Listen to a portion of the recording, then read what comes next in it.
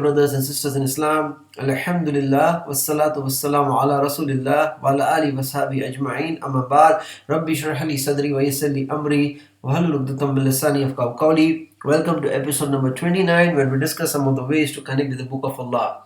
I'm superly excited, as Allah subhanahu wa ta'ala has blessed us with an opportunity to produce this series, and also nervous, as I hope Allah subhanahu wa ta'ala accepts our efforts, and I ask Allah subhanahu wa ta'ala to forgive if I have made any mistakes. And I know there's a lot to cover, so I will summarize inshallah, but we have not done in the last episode tomorrow. And for today, I will switch over from the oaths, as I really want to do the topic of mind-blowing prophecies. And inshallah, this is definitely going to be a project in itself in the future. And to begin with, in the current state of the Bible, right? If you can read in John 16, Isa alayhi salam is saying that I have many things to say unto you, but you cannot bear them now. And with the spirit of truth, our Prophet sallallahu alayhi wasallam, when he will come, he will guide you to the truth. And then he will mention to you, listen, yeah, and then he will mention to you about things to come. So he is going to prophesy. Subhanallah. And now we know that in the Quran there are prophecies that came true during the time of sallallahu alayhi wasallam. And the first one is the victory of Byzantines. The victory of Byzantines. So from 613 to 619, the Byzantines, they were decimated by the Persian Empire, losing the territories of Antioch, then Damascus, then Armenia, then the most cherished Jerusalem, then Chalcedon, and finally Egypt. However, not long after, Heraclius led the Byzantine crusade like a dagger into the heart of the Persian Empire, fulfilling the amazing prophecy of 6 to 8 years after it was made in the Quran. Now the verses that immediately follow this prediction says that such things are only because of Allah subhanahu wa ta'ala.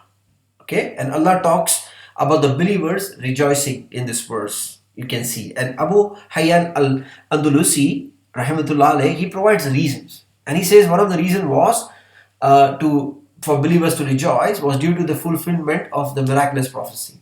And obviously the Muslims, they were celebrating their own victory of Badr. And after learning all these things, right? After learning all these things, listen, yeah, it'll become clear that why Allah subhanahu wa ta'ala ends Surah Rum with the words, so be patient. Okay? Keep sabr. Indeed, the promise of Allah is true. And let them not disquiet you when you are not certain, who are not certain in faith.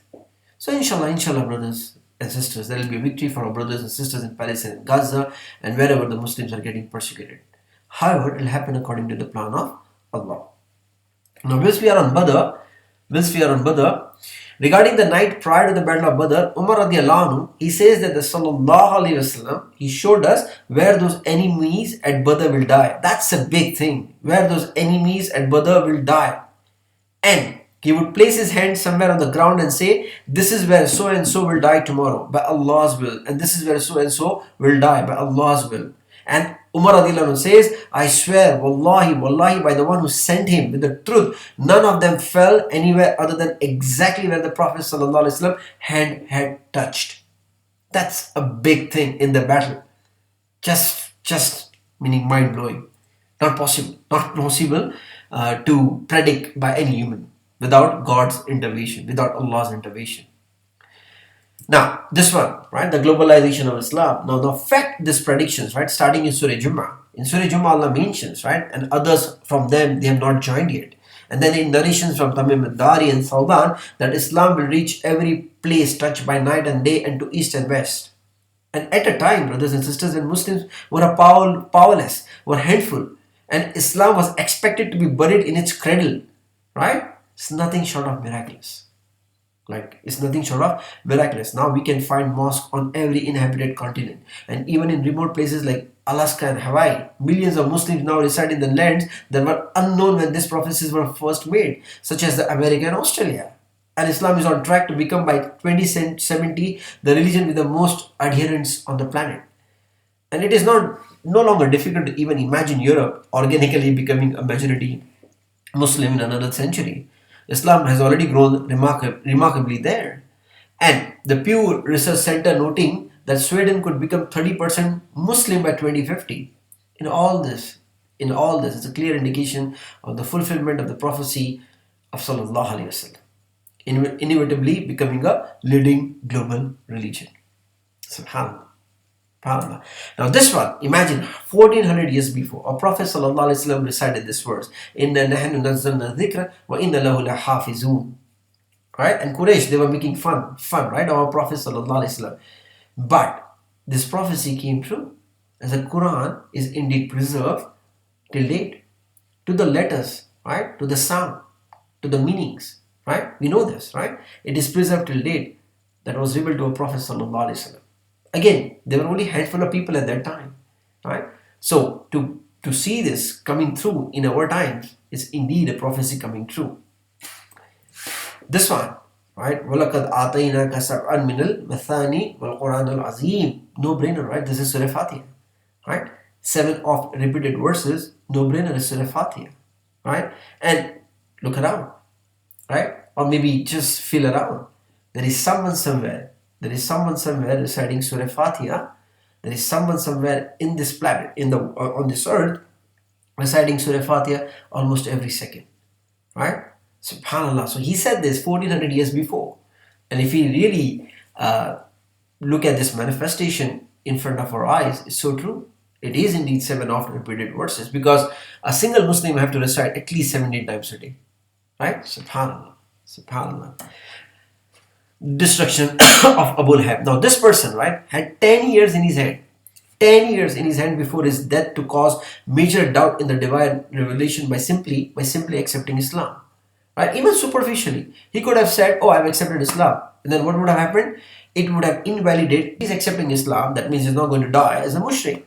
And he had 10 years, SubhanAllah, and still he never accepted Islam. Abu Lahab never ever accepted Islam. SubhanAllah, SubhanAllah.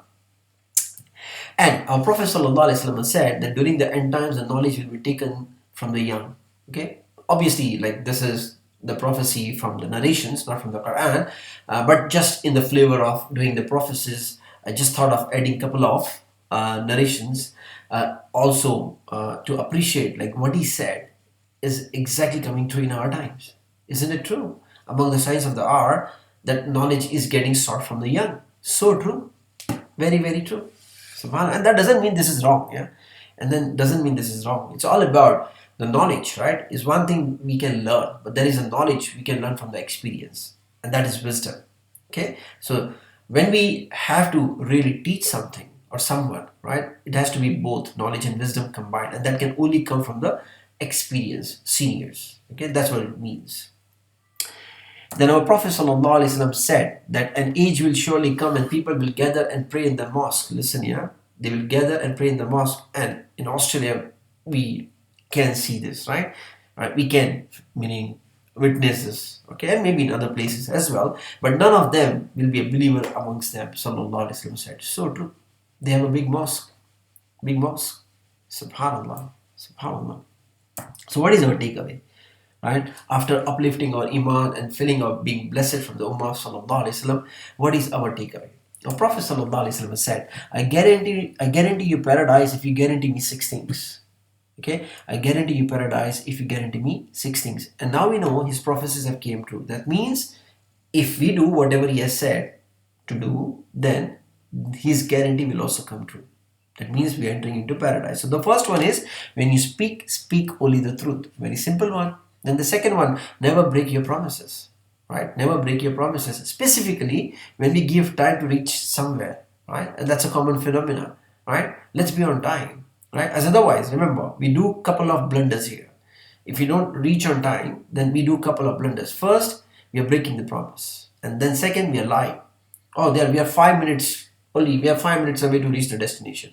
Generally, that's a common norm, right? And I don't know who started this 5 minutes thingy. But remember, we are doing 2 blunders. Okay, we are not meeting to the guarantee of Prophet Sallallahu Alaihi Wasallam.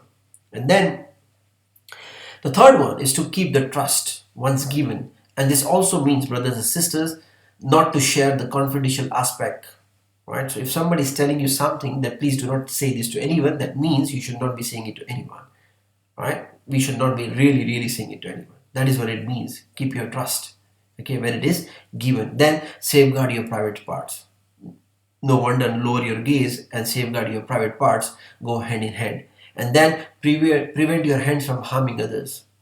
Okay, prevent your hands from harming others. Now, this could be the direct involvement or also an indirect involvement, specifically in the world of social media now. And it's very, very common to contribute. It's very, very common to contribute in this scene by sharing or forwarding something which is doubtful. Right? So, brothers and sisters, are we ready to guarantee these 6 things? Right? Remember, all the prophecies came true. I repeat, all the prophecies came true. So, this guarantee of paradise will also come true, inshallah, if we stick to this guarantee of 6 things as our Prophet ﷺ requested us to do so. So we ask Allah subhanahu wa ta'ala to guide us and keep us always on the path that is pleasing to Him. We ask Allah subhanahu wa ta'ala to be the guardian of our brothers and sisters in Palestine and Gaza. We ask Allah subhanahu wa ta'ala to grant them best of the best provision of this world. And we ask Allah subhanahu wa ta'ala to destroy the evil plot of Israel. بارك الله لي ولكم في القرآن الكريم سبحانك اللهم وبحمدك أشهد أن لا إله إلا أنت أستغفرك وأتوب إليك السلام عليكم ورحمة الله وبركاته جزاكم الله خيرا